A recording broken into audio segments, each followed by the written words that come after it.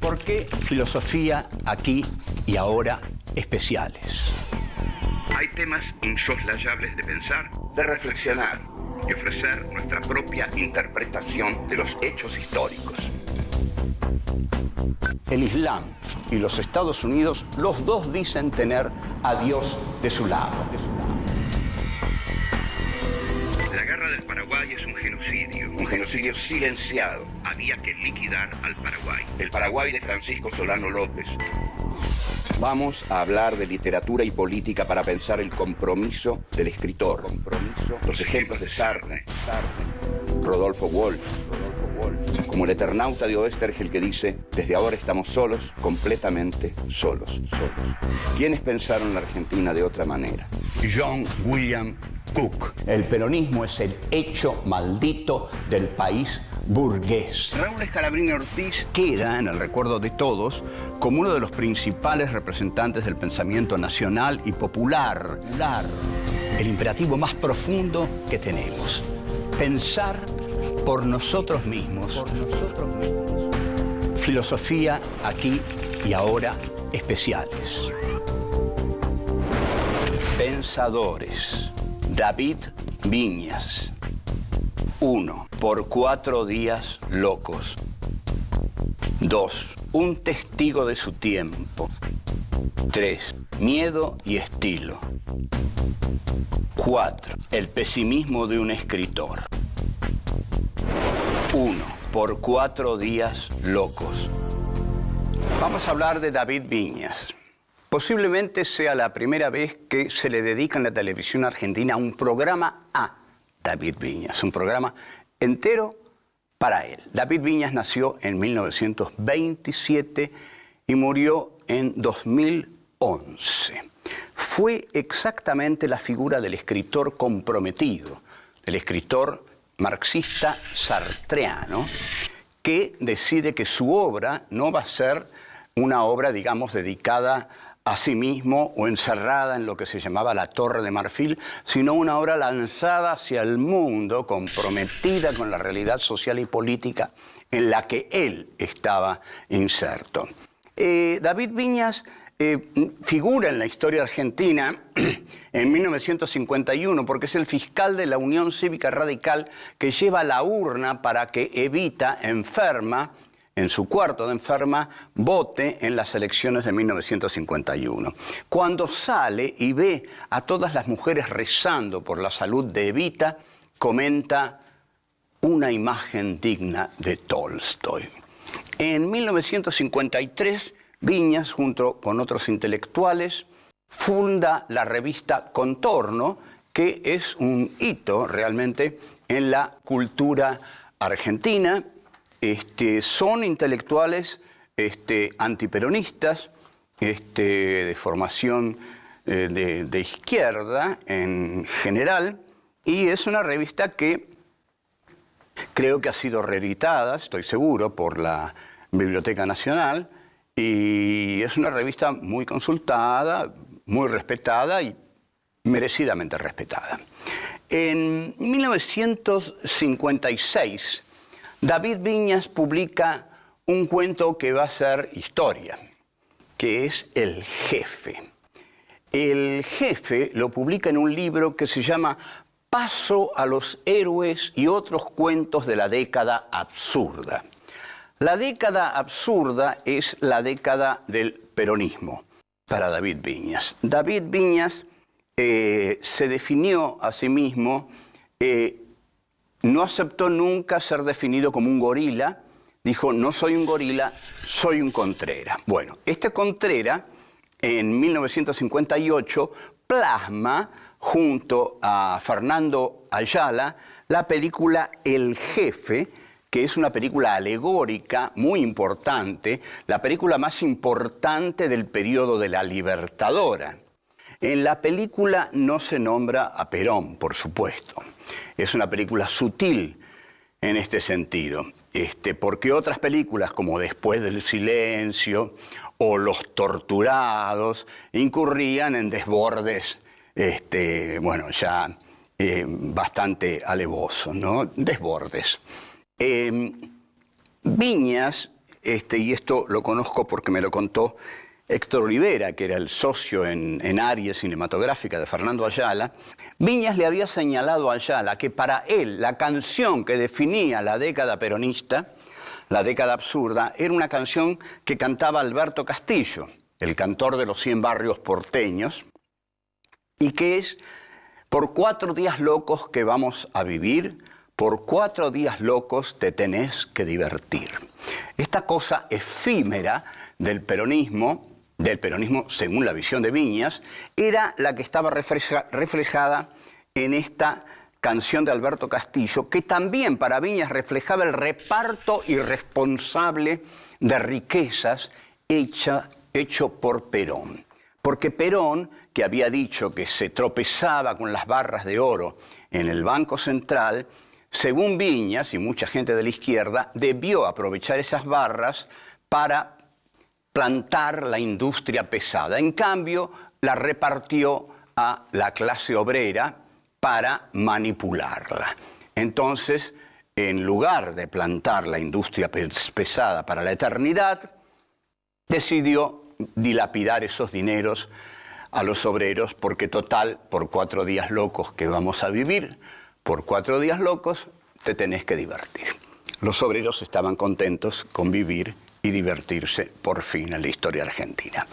El caudillo manipulador se llama Berger, que se escribe Berger. Ahora vamos a ver por qué en la película se pronuncia Berger. En una de las escenas, Alberto de Mendoza, que hace a Berger, le explica a Leonardo Fabio, que hace un joven de familia aristocrática, le explica que Berger se puede pronunciar Berger, pero que es francés. En cambio, Berger da duro, da alemán, le dice. Con lo cual Viñas está señalando que Perón era nazi, así de clarito. Por algo quiere que lo llamen Berger, bien de macho, bien duro, bien germánico. Ahora bien, el tema de la película es el del líder cobarde que traiciona a sus seguidores. Nada menos que eso. Fíjense, volvemos. 2. Un testigo de su tiempo. Berger traiciona a los suyos porque dentro de los avatares de esta banda que Berger encabeza, se produce una muerte, y de esa muerte debió haberse hecho responsable Berger, pero Berger se presenta en la comisaría y delata a Fabio, y cuando se descubre la verdad de que él fue quien mató a esa mujer, se quiebra en sollozos y lo llevan preso. Con lo cual, lo que está diciendo Viñas es que este líder era un líder de cartón, un líder que se quebraba y que no siguió a su pueblo hasta el momento más difícil y más duro de su travesía, sino que trató de venderlo primero y después se quebró cobardemente. Indudablemente David Viñas fue siempre, hasta último momento, un testigo de su tiempo. Eso quiso ser y eso fue. Uno de sus cuentos más extraordinarios y que revela su sensibilidad popular, a pesar de ser un contrera al peronismo, revela su comprensión profunda del peronismo, es el cuento de 1963, La señora muerta, que está en Las malas costumbres. Hay que leer esto. El cuento de La señora muerta narra las peripecias de un tipo que se llama Moure y que va el día, los largos días del sepelio, del velatorio de Eva Perón, había colas y colas y colas, y este Moure va con un propósito bastardo a la concentración de gente que está esperando para darle un beso al féretro de Evita. Va para levantarse una mina, algo que crea indignación en muchos lectores peronistas de Viñas. Pero la idea es poderosa y es formidable. Moure llega, es de noche, ve una larga fila de gente adolorida por la muerte de Evita y se acerca a una mujer que le gusta. La mujer está cansada, la mujer tiene hambre, la mujer está mojada porque llueve y Moure le comienza a hacer el clásico chamullo argentino y consigue llevársela en un taxi con la promesa de que van a comer algo. No comen porque es tarde, porque llueve, y el taxi va recorriendo hoteles, lo que en esa época se llamaba amuebladas, y porque Moure quiere ir ahí con la mujer que se llevó de la cola, que esperaba darle un beso a Eva Perón. Y esta es una mujer simple, tiene frío, quiere ir a un lugar a descansar, y Moure le dice, bueno, vamos. No, este hotel está cerrado, le dice el taxi. Vamos a otro, también está cerrado. Vamos a otro, también está cerrado. Hasta que el taxista le dice, mire, únicamente que vayamos a la provincia, pero no hay ninguna garantía. ¿Qué le va a hacer? Hay que aguantarse. Esto es por la señora. Y cuando le dice esto es por la señora, Moure se da cuenta que todo está cerrado por la muerte de la señora. Entonces exclama, es demasiado esto por esa yegua. Y ahí ocurre algo que Viñas capta muy bien. La mujer que había estado callada lo mira y le dice, ah, no, eso no se lo permito. Y Moure no entiende bien lo que le está diciendo. Y ella le repite, eso sí que no se lo permite, que no se lo permito. Abre la puerta del auto y se va. O sea, creo que aquí Viñas atrapa el sentimiento genuino popular de amor por Eva Perón, porque cuando Moure la insulta, esta mujer que parecía fácil, que parecía manipulable, algo tonta, le pone un límite. No, yegua no, eso no se lo permito, eso sí que no. Viñas luego publica una novela excepcional en 1958 que se llama Los dueños de la tierra, que es la primera novela, hasta donde yo sé, que se escribe sobre la tragedia de los hechos que ocurrieron en la Patagonia en la década, a comienzos de la década del 20. Es una novela comprometida, es una novela valiente, es una novela cuidadosamente escrita. Quizá, en mi concepto, es la novela más cuidadosamente escrita de las que escribió Viñas.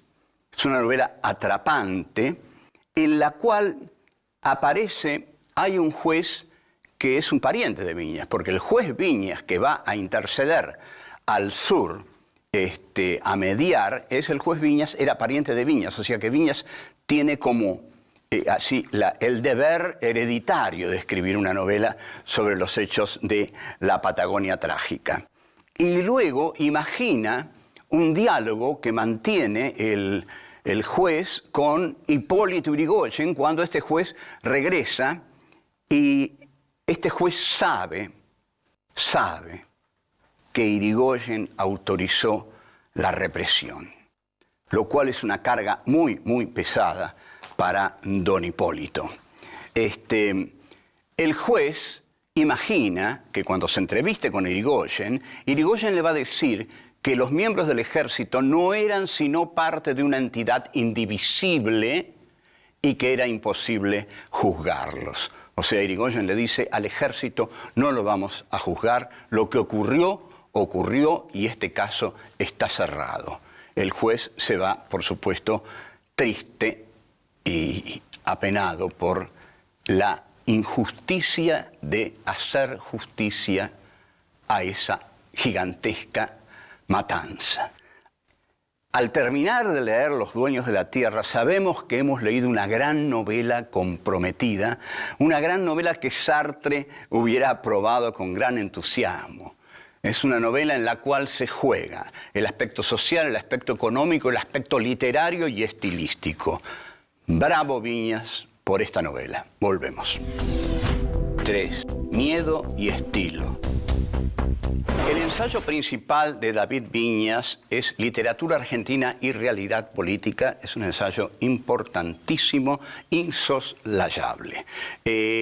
Su estructura es la siguiente. El tomo 1 lleva por subtítulo De los jacobinos porteños a la bohemia anarquista, y el tomo 2 lleva por subtítulo nada menos que dos nombres muy fuertes, que son Lugones y Walsh. Bien, Viñas en este ensayo toma los grandes temas de la literatura argentina. Es uno, yo no sé, pero yo diría que es el mejor ensayo que hay sobre la literatura argentina, porque además de estar escrito por un hombre que sabe mucho de literatura argentina, tiene todo un contexto sociopolítico que le da espesor a cada una de las frases de Viñas. Viñas, además, tiene un punto de vista que a mí me agrada mucho y analiza a la generación del 80 como la generación del apogeo de la oligarquía. La generación del 80 es la generación en la cual la oligarquía pone a sus intelectuales en el poder porque ella tiene el poder. Y estos intelectuales forman parte del poder porque también son parte de la oligarquía. Otros han visto ahí la consolidación de la República. No lo ve así Viñas. Al estilo, digamos, de Natalio Botana, de Tulio Alperindong y de otros historiadores liberales, Viñas lo que ve en el 80 es el apogeo, la consolidación del orden oligárquico. Tiene un capítulo dedicado a Miguel Cané y ese capítulo se llama acertadamente Miedo y estilo. Viñas es el que tiene el gran mérito de haber recuperado, de haber sacado a luz para la intelección de nuestra historia un texto notable de Miguel Cané que expresa el miedo de la generación del 80 a las clases subalternas, a las clases llegadas por la inmigración. Cané en ese texto termina pidiendo a la chusma inmigratoria que se infiltra en los salones oligárquicos, sobre todo respeto a las mujeres de su clase. Y dice, hay que evitar que el primer guarango democrático enriquecido en el comercio de suelas se crea a su vez con derecho a echar su mano de tenorio en un salón al que entra tropezando con los muebles. Es notable la precisión del texto, ¿no? Este guarango democrático entra al salón oligárquico tropezando con los muebles, porque es un bruto que no sabe manejarse en los salones de la oligarquía, que son los salones de la gente bien. Entonces, sigue diciendo Miguel Cané, cada vez los argentinos somos menos. Cada vez los argentinos somos menos. Salvemos nuestro predominio legítimo, no solo desenvolviendo y nutriendo nuestro espíritu cuanto es posible, sino colocando a nuestras mujeres por la veneración a una altura a la que no lleguen las bajas aspiraciones de la turba, de la chusma inmigratoria, porque a la inmigración le dicen así, la chusma ultramarina. Entonces, Cané termina diciendo, cerremos el círculo y velemos sobre él. Este hombre, Miguel Cané, del cual todos hemos leído en el colegio secundario ese lindo texto que se llama Juvenilia, era un paranoico lleno de odio. El tomo 2 de David Viñas es, como dijimos, de Lugones a Walsh. También dijimos que esta es su obra más importante. En la parte dedicada a Lugones y a Walsh, aniquila, por supuesto, el fascismo lugoniano del discurso de la espada, de la hora de la espada, y exalta muchas cosas de Walsh, personaje y escritor con el cual comparte la estética del escritor comprometido. Viñas quiere a Walsh como muchos lo queremos. Volvemos. 4. El pesimismo de un escritor. Antes de marchar al exilio por la dictadura militar, Viñas escribe y publica en La Opinión un artículo que se llama, creo, Los dos viejos, en el cual dice que una vez muerto el viejo Perón, lo va a reemplazar el viejo Borges. Se va a México y ahí se entera de la terrible noticia del asesinato y desaparición de un hijo y una hija, algo que cambia totalmente su carácter o en gran parte y que blanquea sus cabellos de amargura. En el exilio, Viñas escribe un texto muy notable que se llama Indios, Ejército y Frontera. Este es un texto muy importante porque tiene una fórmula notable en la cual define a la llamada conquista del desierto como la etapa superior de la conquista de América.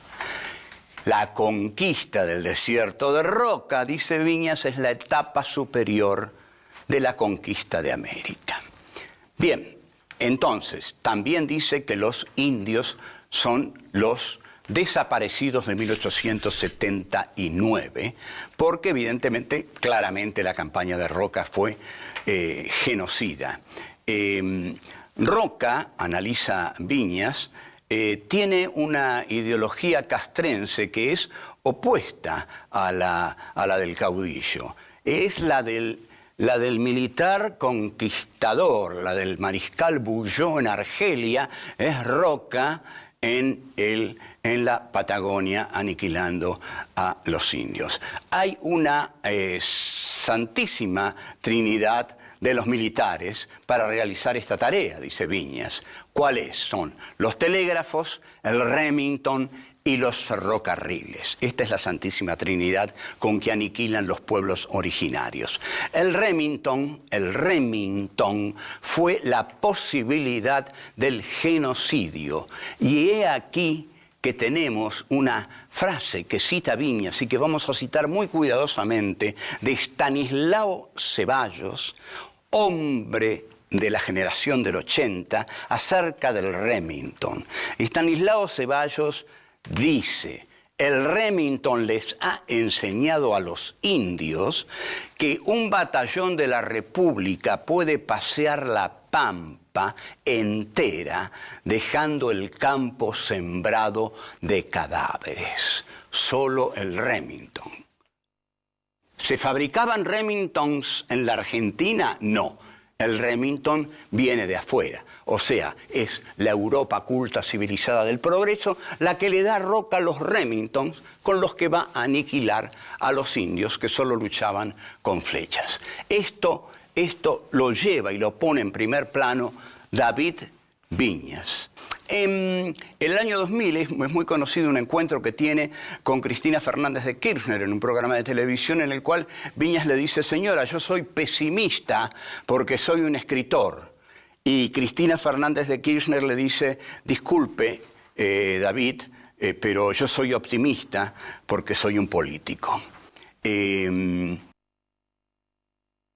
Bueno, eso es lo que pensaba Viñas de un escritor. No creo que necesariamente un escritor tenga que ser pesimista. Hay etapas y etapas. Tampoco un político quizás deba ser eternamente optimista. Pero David Viñas era así, era un hombre gruñón, difícil y un marxista consecuente que mantuvo sus cátedras, que fue muy buen profesor, que siguió siendo contrera frente al peronismo, pero esto de ninguna manera le impidió juzgar siempre severamente a la cultura oligárquico-liberal que devastó este país. Salud, David Viñas. Chao.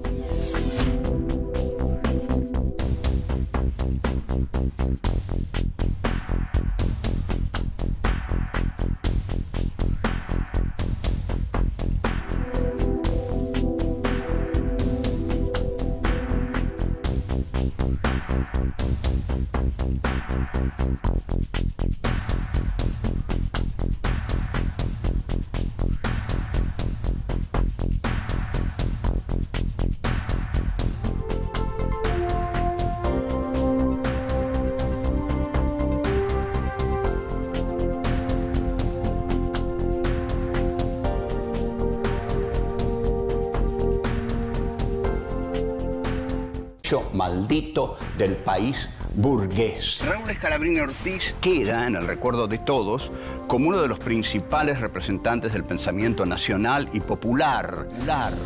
El imperativo más profundo que tenemos: pensar por nosotros mismos. Filosofía aquí y ahora especiales. Pensadores. David Viñas. 1. Por 4 días locos. 2. Un testigo de su tiempo. 3. Miedo y estilo. 4. El pesimismo de un escritor. 1. Por 4 días locos. Vamos a hablar de David Viñas. Posiblemente sea la primera vez que se le dedica en la televisión argentina un programa a David Viñas, un programa entero para él. David Viñas nació en 1927 y murió en 2011. Fue exactamente la figura del escritor comprometido, del escritor marxista sartreano, que decide que su obra no va a ser una obra, digamos, dedicada a sí mismo o encerrada en lo que se llamaba la Torre de Marfil, sino una obra lanzada hacia el mundo, comprometida con la realidad social y política en la que él estaba inserto. David Viñas figura en la historia argentina en 1951 porque es el fiscal de la Unión Cívica Radical que lleva la urna para que Evita enferma en su cuarto de... ¿Por qué filosofía aquí y ahora especiales? Hay temas insoslayables de pensar, de reflexionar y ofrecer nuestra propia interpretación de los hechos históricos. El Islam y los Estados Unidos, los dos dicen tener a Dios de su lado. La guerra del Paraguay es un genocidio silenciado. Había que liquidar al Paraguay. El Paraguay de Francisco Solano López. Vamos a hablar de literatura y política para pensar el compromiso del escritor. Los ejemplos de Sartre, Rodolfo Walsh, como el Eternauta de Oestergel que dice: desde ahora estamos solos, completamente solos. ¿Quiénes pensaron la Argentina de otra manera? John William Cook. El peronismo es el hecho enferma vote en las elecciones de 1951. Cuando sale y ve a todas las mujeres rezando por la salud de Evita, comenta: una imagen digna de Tolstoy. En 1953, Viñas, junto con otros intelectuales, funda la revista Contorno, que es un hito realmente en la cultura argentina. Son intelectuales antiperonistas, de formación de izquierda en general, y es una revista que creo que ha sido reeditada, estoy seguro, por la Biblioteca Nacional, y es una revista muy consultada, muy respetada y merecidamente respetada. En 1956, David Viñas publica un cuento que va a ser historia, que es El Jefe. El Jefe lo publica en un libro que se llama Paso a los héroes y otros cuentos de la década absurda. La década absurda es la década del peronismo para David Viñas. David Viñas se definió a sí mismo, no aceptó nunca ser definido como un gorila. Dijo: no soy un gorila, soy un Contreras. Bueno, este Contreras, en 1958, plasma junto a Fernando Ayala la película El Jefe, que es una película alegórica muy importante, la película más importante del periodo de la Libertadora.